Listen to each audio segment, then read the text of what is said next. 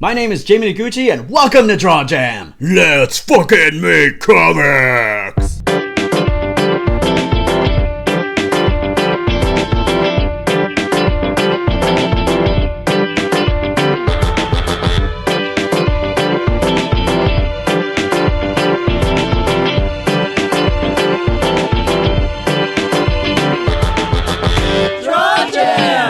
Alright, before we get into lesson 3, I want everybody to know that I set up a Facebook page for the Draw Jam. Just go to facebook.com/thedrawjam.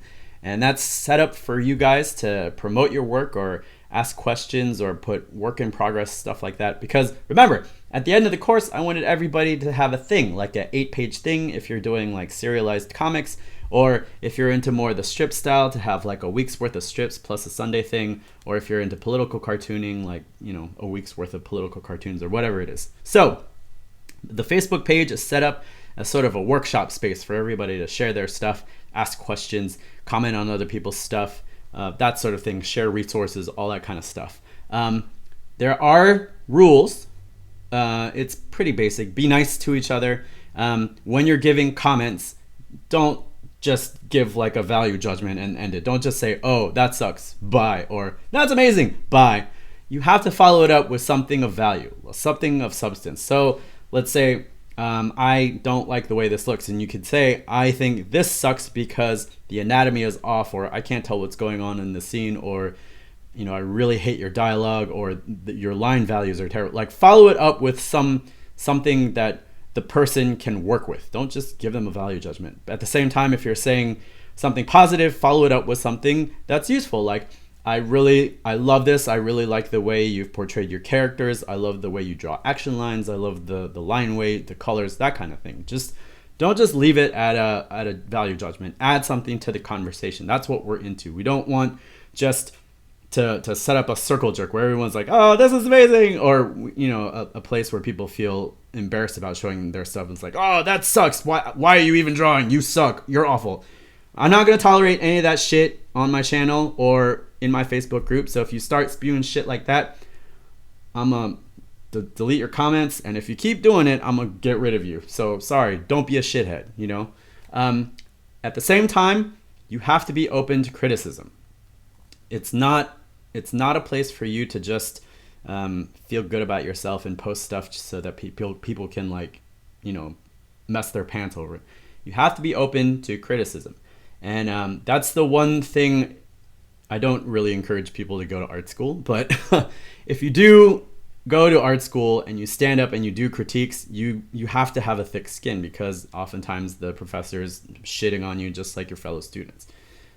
So you have to be willing to take comments. You have to be willing to improve, and the only way you'll improve is if you hear constructive criticism. Now, if the criticism isn't constructive, chances are I'm gonna see it and I'm gonna flag it and I'm gonna get rid of it. But if I don't, you know, depending on who's in the room, or, you know, if I just don't get to it in time and I think there's nothing of value in that comment and I miss it, you know, still just be open. Just, you know, get used to it. And I know commenting on the internet sucks. Like, it's really tough. Like, tone doesn't come through well in the written word. Not a lot of people write the way they talk. I always write the way that I talk because I'm not smart enough to cheat. But, you know, so take everything with a grain of salt. Remember, we're all in this together. At least that's what this group is set up for, to help everybody. You know, if you can share resources, if you have like a good place to print stuff and comments and all that kind of stuff. So hopefully we'll build a community that people want to participate in and get their stuff out and share it with the people and all that good stuff. Yay! So enough of that stuff. On to storytelling. All right, before I start spewing off random crap that sometimes might make sense, I want you all to know that I am not a writer. Well, I don't consider myself a writer by trade. I'm an illustrator first, so I spend a lot of time drawing pretty pictures and stuff like that. I do write my own comics to varying degrees of success. Some of them are hit, some of them are miss. So I want you to know that this is from a very amateur perspective. My goal here is to just get you thinking about different ways to approach storytelling, things that are sometimes universal about storytelling in comics and in the visual format. So it's not necessarily like This is the way you write a comic. because I don't do that professionally. So take a lot of this as just a opening primer on storytelling and things like that. I'm going to start with humor strips because those are the easiest to break down. So let's say your project is a daily strip. You usually have 3 to 4 panels, and those are easy to figure out. It's usually joke a day. So the first panel will have your premise, the second panel is your setup, and your third panel is your punchline. So it's just like telling a joke, except you have 3 panels to do it. If you have 4 panels, sometimes there's a little bit, the fourth panel is used as an extra, so like an extra observation after the punchline, or sometimes the setup is dragged out for the 2 middle frames and the punchline comes in at the end. But the structure is very similar. Premise, setup, punchline. Really easy. Sometimes daily comics have a theme for the week. So all the jokes will be centered around some overarching plot that happens. Like if it's an office humor, maybe the whole week is devoted to the printer fucking out, or like a TPS report or a big project coming up. If your strip is about video games, maybe the whole week is dedicated to a video game release or something like that. For political strips, it's a little bit more difficult because you have to get the premise, setup, and joke all in one panel. And usually political humor depends on context. So if the audience is unfamiliar with the context, the joke is going to fall flat. So I have a lot of respect for political cartoonists who are successful at telling that one panel joke that hits you. They're great. The best political cartoons don't necessarily depend on current events, but they make a societal observation that's still relevant. Those are my favorite. But to get all of that in one panel is really tricky, and that's when you really have to rely on your visual storytelling, the elements that you decide to include, but also the elements that you decide to cut out. So political cartoons are deceptive because it seems like it should be simple, but when you get down to it and start trying to figure out what you want to do with it, it becomes a lot more difficult. So if any of you are out there are attempting a political cartoon, I applaud you because you are very brave. And good luck because that shit's hard. All right, moving away from strips, let's talk about more narrative comics. So something I like to see when I pick up a single issue of a comic is a beginning, a middle, and an end. And you don't always get that in this modern day environment of comics that we get. We have something called decompressed storytelling, which is a bullshit way of saying, I'm going to drag this shit out so I can collect it into a trade. So instead of a single issue having a beginning, a middle, and an end, oftentimes you'll have an issue with the pre-beginning. And then issue 2 has the beginning. And then issue 3 has maybe the middle, the intro to the middle, and the sub-middle, and the extra middle. And then like 2 issues for the ending part. So you'll have a 6-issue arc that compresses into one book that you can sell as a trade. I don't know why they just don't fucking put out the trade to begin with, but whatever. We're not about that life. We want to get a full story out in 8 pages. So think about a beginning, a middle, and an end to your piece. And if you need to pace it out, start with an outline. Figure out how many pages you want to do for each section. Maybe you want 2 pages for your intro, your beginning, 4 pages for the middle stuff, and 2 pages to resolve everything. And then plot it out that way. So I know what I want in these pages, and then break those pages down.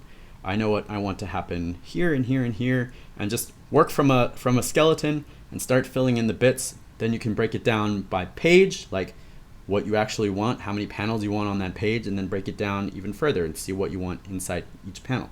But in general, if you've got 8 pages to work with, you're gonna have to cut some shit. Big example, Luke Skywalker from Star Wars Episode 4, he starts driving what is essentially a Harley Davidson, and by the end of the film, he's driving what is essentially an F-16 fighter jet. We don't see a training sequence where he learns how to pilot because, if he pilots a bike, he can pilot a jet. We know that there's other steps in between, but we don't need that to tell the story. You just go from, biker kid to fucking fighter pilot. That's fine. It's fine. It makes sense. So when you're telling your story and you only have 8 pages, cut out some shit. You don't need to have a training sequence or a montage or like every little bit. If it doesn't make sense, if you can get rid of some of that shit, get rid of that shit. You got 8 pages. You don't have a lot of time to fuck around, all right?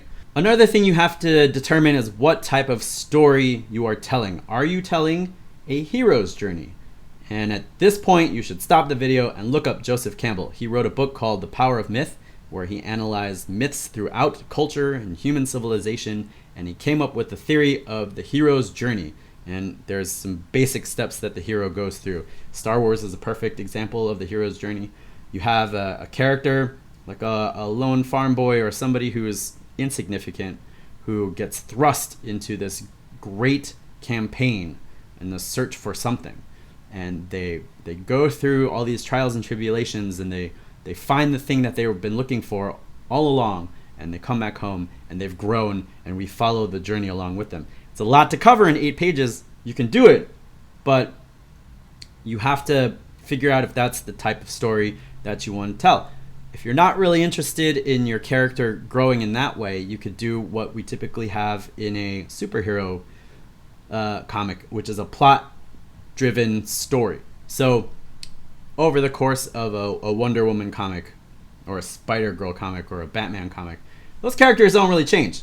Even if they get a new suit or whatever, their character is the same at the end of the battle that they started out. You know, Batman doesn't suddenly figure out that, oh, maybe I'm the asshole. Maybe I should, build up Gotham City to be an economic powerhouse because I'm the richest fucking man in Gotham, instead of punching criminals in the face. Maybe I can get rid of crime that way. Sorry, little liberal bias jumping out there.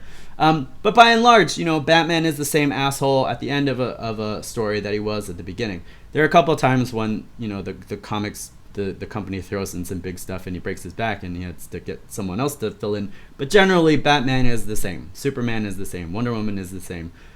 Storm is the same. They're all the same. They don't really change. Those are plot-driven stories. And those are pretty easy to tell in the space of 8 pages because, you introduce your character. This is Steve Steverson, and this is his power set. And, you go through the act, and at the end, I'm still Steve Steverson. Look, I saved the city. So those are easy to start with because you don't have to get too deep into, like, developing internal conflicts or spend a lot of time trying to figure out what their extra motivations are throughout the story. So those are easy to start with. Hero journey is a little bit more complicated to do, but you can still do it in 8 pages. One final thing I want to talk about is the characters in your story, and we can spend an entire new lesson series just on this, like what makes a good antagonist, what makes a good protagonist, what makes a good side character, all that stuff. But this is just an overview about storytelling and everything like that, and I want to leave you with one big idea, because we're about big ideas in this series, and that is to figure out the motivations of your characters and to boil it down into one sentence. So a couple examples. We have Mako Mori in Pacific Rim, and she is a very complex character. There's a lot of push and pull within her, and she has a lot of different things going on. But if I had to boil down her motivation in one sentence, it would be to avenge her family. She says it a bunch of times, like, for my family, you promised, for my family. The little shoe that she has, this represents her as a vulnerable child when she couldn't protect her family, and she grows up to be able to do it. So, and you get that sense throughout the film. Kylo Ren from The Force Awakens, his motivations just ooze out of him. He wants to be as bad as Darth Vader. He wants to be super emo dark Force boy, and everything he does, it just goes to that motivation. Bruce Leroy from The Last Dragon, one of my favorite movies. His entire motivation for being is to become the best at Kung Fu that ever was. And the embodiment of that is the golden glow. Like, the hot chick throughout the entire movie is like jumping on him the entire time, just like throwing herself at him. He didn't care. He ain't got no time for that. There's no Kung Fu in girls. Fuck that shit. He's there to get his Kung Fu on. Only at the very end does he get the girl, because you realize, maybe there's more to life than just punching dudes. But most of the movie he spends punching dudes so he can be the best puncher that ever punched. So a strong motivation for your character can shape the way you write your story and can really help people connect with the character. If they can understand the motivation of your hero and your antagonist right off the page, if it's crystal clear, they're gonna get it. They'll understand it. You won't have to like break everything down and explain things in stupid detail. They'll get it. They'll understand what's going on. And that's what you're looking for, especially if you have a short period to get into it. Like 8 pages is not that much space to tell a decent story. So you have to be efficient with your storytelling. And part of that is making your character's motivation crystal clear. So that is the briefest of brief explanations of things that you might want to consider when it comes down to writing your comics out. And if you have further questions or discussions, or if you want to bring up some points and want to discuss them in depth, head on over to the Facebook page, facebook.com/thedrawjam, or hit me up in the comments of wherever you see this video. Tune in next week when we'll talk about publishing and getting your work out to people. And if you like what you saw, subscribe to the channel, and if you missed anything, there's a card up here that has a link to the playlist, so you can go back and check out all the other lessons. And I think that's everything. Okay, I think. All right, thanks for watching, and hope to see you next week. All right, bye.